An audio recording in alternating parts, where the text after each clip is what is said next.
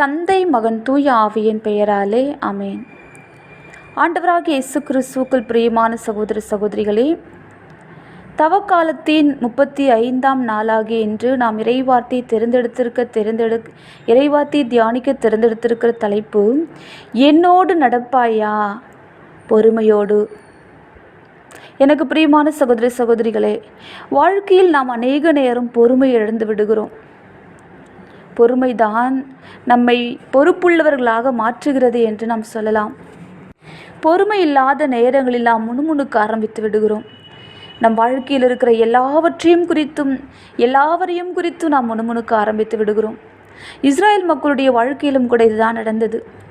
ஏதோம் நாட்டை சுற்றி போகும்படி ஓரென்ற மலையிலிருந்து அவர்கள் செங்கடல் சாலை வழியாக பயணப்படுகின்றனர். அந்த வழியை முன்னிட்டு மக்கள் பொறுமை இழந்து போகின்றனர். ஆண்டவராகிய கடவுளுக்கும் மோசேக்கும் எதிராக புலம்ப ஆரம்பிக்கிறார்கள். இந்த பாலைநிலத்தில் மாளும்படி எங்களை எகிப்திலிருந்து கொண்டு வந்தது ஏன்? இங்கு உணவும் இல்லை, தண்ணீரும் இல்லை. அற்பமான இந்த உணவு எங்களுக்கு வெறுத்து போய்விட்டது என்று சொல்லி ஆண்டவருக்கு எதிராகவும் மோசேக்கு எதிராகவும் முணுமுணுக்கிறார்கள். ஆண்டவராகிய கடவுளுடைய கோபம் இஸ்ராயல் மக்களுக்கு எதிராக எழுகிறது. இவ்வளவு நாட்களாக கண்ணின் மணி போல தகப்பனுக்குரிய அன்போடு ஒரு கோழி தன் குஞ்சுகளை தூக்கி சுமப்பது போல தூக்கி சுமந்து வந்த என் ஜனம், என் மக்கள் எனக்கு எதிராக முணுமுணுக்கிறார்கள் என்று அவர் கேள்விப்படும் பொழுது துக்கப்பட்டு வேதனைப்பட்டு கொள்ளிவாய் பாம்புகளை மக்களிடையே அனுப்பி அவர்களை கடிக்கச் செய்கின்றார். அநேக இஸ்ராயல் மக்கள் மாண்டு போகின்றனர். நாங்கள் பாவம் செய்துள்ளோம், நாங்கள் ஆண்டவருக்கும் உமக்கும் எதிராக பேசியுள்ளோம், இந்த பாம்புகளை அகற்றிவிடும்படி நீர் ஆண்டவரிடம் எங்களுக்காக வேண்டிக் கொள்ளும் என்று சொல்லி மீண்டும் ஒரு விசை ஆண்டவருடைய இரக்கத்தை இஸ்ராயல் மக்கள் மோசே வழியாக நாடுகிறார்கள். ஆண்டவர் மோசேயை பார்த்து கொள்ளிவாய் பாம்பொன்றை செய்து அதை ஒரு கம்பத்தில் பொறுத்து கடிக்கப்பட்டோரில் இதை பார்க்கிற ஒவ்வொருவரும் பிழைப்பான் என்று கூறுகிறார். அப்படியாகவே மோசே ஒரு வெண்கல பாம்பை செய்து அதை ஒரு கம்பத்தில் பொருத்தி பாம்பு கடித்த எந்த மனிதனும் அந்த வெண்கல்லை பாம்பை பார்த்து உயிர் பிழைக்கும்படி மோசே ஒரு ஏற்பாடை செய்கிறார். எனக்கு பிரியமான சகோதர சகோதரிகளே, கடவுள் நம் பாவத்தை எவ்வளவு தீவிரமாக எடுத்துக்கொள்கிறார் என்பது ஒரு பாம்பை போல நம்மை நடுங்க வைக்கிறது. அந்த குற்றங்களுக்கு அவர் தீர்ப்பை தவிர்க்க மாட்டார் என்பதை காணும் பொழுது நம்முடைய இருதயம் நடுநடுங்குகிறது. ஆனால் கடவுளின் தீர்ப்பும் கருணையும் பிரிக்க முடியாதவை. நாம் பொறுமையில்லாமல் இருந்தாலும் அவர் நம்மோடு பொறுமையோடு தான் இருக்கிறார்.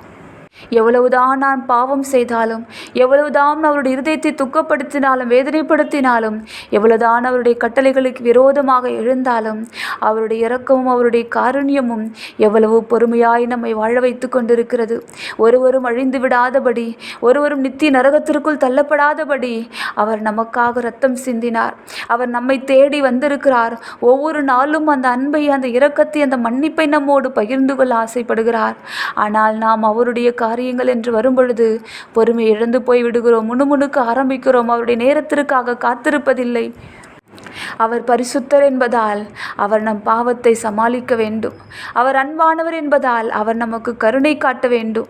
அவர் நீதியுள்ள தெய்வம் என்பதால் ஒரு நீதியுள்ள தெய்வமாக, மன்னிக்கும் தெய்வமாக, இரக்கம் காட்டும் தெய்வமாக, எல்லாவற்றிலும் அவர் இரக்கத்தோடு மன்னிப்போடு செயல்பட வேண்டும் என்று எதிர்பார்க்கிற நாம் அவருடைய காரியங்களில் பொறுமையோடு இருக்கிறோமா? இன்று நம்முடைய வாழ்க்கையில் முறுமுறுப்பு என்பது ஒரு பங்காக மாறிவிட்டது. எதை எடுத்தாலும் முறுமுறுக்கிறோம், எதை குறித்தும் முறுமுறுக்கிறோம். ஆண்டவர் இருக்கிற ஒரு மிகப்பெரிய காரியம் முறுமுறுப்பு. பொறுமை இல்லாமல் இருக்கும்பொழுது தான் நாம் முறுமுறுக்கிறோம். முறுமுறுத்த இஸ்ராயலர்கள் ஒரு கம்பத்தில் உயரமாக பிடிக்கப்பட்ட வெண்கல பாம்பை பார்த்த பொழுது அவர்கள் தகுதியான தண்டனையிலிருந்து காப்பாற்றப்பட்டனர். இரக்கத்தோடு கடவுள் தம்முடைய நியாய தீர்ப்பின் சின்னத்தை பயன்படுத்தி தம்முடைய மக்களை தம்மிடம் திரும்பி கொண்டு வந்தார். எனக்கு பிரியமான சகோதர சகோதரிகளே, பாலைவனத்தில் மோசே பாம்பை உயர்த்தியது போல ஆண்டவராக இயேசு கிறிஸ்துவும் உயர்த்தப்பட வேண்டும். அவரை நோக்கி பார்க்கிற யாவரும் நித்திய வாழ்வை பெற்றுக்கொள்ள வேண்டும் என்பது இறை சித்தமாயிருந்தது. இதுதான் யோவான் நற்செய்தி 3ஆம் அதிகாரம் 14-15 வசனத்தில் நாம் வாசிக்கின்றோம். இயேசு கிறிஸ்து சிலுவையில் உயர்த்தப்பட்டார். நமக்காக உயர்த்தப்பட்ட இயேசுவை நோக்கி பார்க்கிற யாவரும் மீட்பையும் வாழ்வையும் பெற்றுக்கொண்டோம். இன்றைய நாளில் இயேசுவோடு கூட நடக்க விரும்புகிற நம் பாவத்திலிருந்து விடுதலையாக்கப்பட பொறுமையற்ற இந்த உலகத்திற்குரிய முணுமுணுக்கிற அந்த கிறிஸ்துவ வாழ்க்கையிலிருந்து விடுதலை பெற, ஆண்டவருடைய தண்டனை தீர்ப்பிலிருந்து விலக்கப்பட, மீட்பின் சமாதானத்தை சுவைத்து கொள்ள ஆண்டவருடைய பாதத்தில் பொறுமையோடு காத்திருப்போம். வாழ்க்கையில் அன்றாட அனுபவிக்கிற பாடுகள், போராட்டங்களை பொறுமையோடு சந்திப்போம். சிலுவையில் நமக்காக உயர்த்தப்பட்ட இயேசுவை நோக்கி பார்ப்போம். நம் வருகைக்காக பொறுமையோடு காத்திருக்கும் நம் அருள்நாதர் இயேசுவை போல அவருடைய நேரத்திற்காக, அவருடைய திருவுளத்திற்காக அவருடைய பாதத்தில் அமர்ந்திருந்து காத்திருப்போம். என்ன நேர்ந்தாலும் எது வந்தாலும் முறுமுறுக்க மாட்டேன், இயேசுவின் நேரத்திற்காக காத்திருப்பேன் என்ற ஒரு தீர்மானத்தை எடுப்போம். அவருடைய திருவுளம் போல நம்மை நடத்தி செல்ல அவருடைய பாதத்தில் நம்மை அர்ப்பணிப்போம். சிலுவை மரத்தினாலன்றி, சிலுவையில் இயேசு சிந்திய இரத்தத்தினாலன்றி எனக்கு ஒரு விடுதலை இல்லை என்று சொல்லி நம்பி இயேசுவின் கல்வாரி திருச்சிலுவை மரணத்திற்கு நம்மை முழுவதுமாய் அர்ப்பணம் செய்வோம். செபிப்போமா. எங்களை அளவுக்கு அதிகமாக நேசிக்கிற எங்கள் அன்பு தெய்வமே, சிலுவை மரத்தை உற்று நோக்கி பார்க்கிறோம் ஐயா.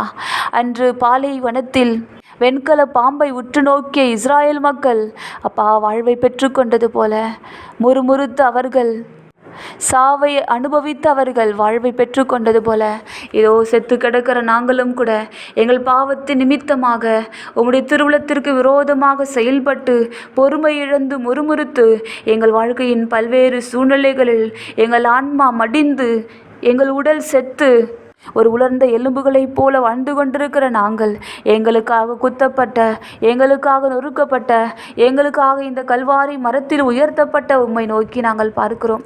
இந்த சிலுவை மரத்தினாலன்றி எங்களுக்கு விடுதலை இல்லை, சிலுவை மரத்தினாலன்றி எங்களுக்கு வாழ்வு இல்லை என்பதை உணர்ந்து, உம்முடைய பரிசுத்த இரத்தத்தினால் மட்டுமே எங்களுக்கு மீட்பு உண்டு என்பதை உணர்ந்து முறுமுறுக்காமல் பரிசுத்தத்தோடு பொறுமையோடு உம்மை மட்டுமே கண்முன் கொண்டு வாழக்கூடிய வரம் வேண்டி எங்களை தாழ்த்தி அர்ப்பணமாக்குகிறோம். எங்களை ஆசீர்வதியும் எங்கள் ஜீவனுள்ள நல்ல பிதாவே. ஆமென், ஆமென், ஆமென்.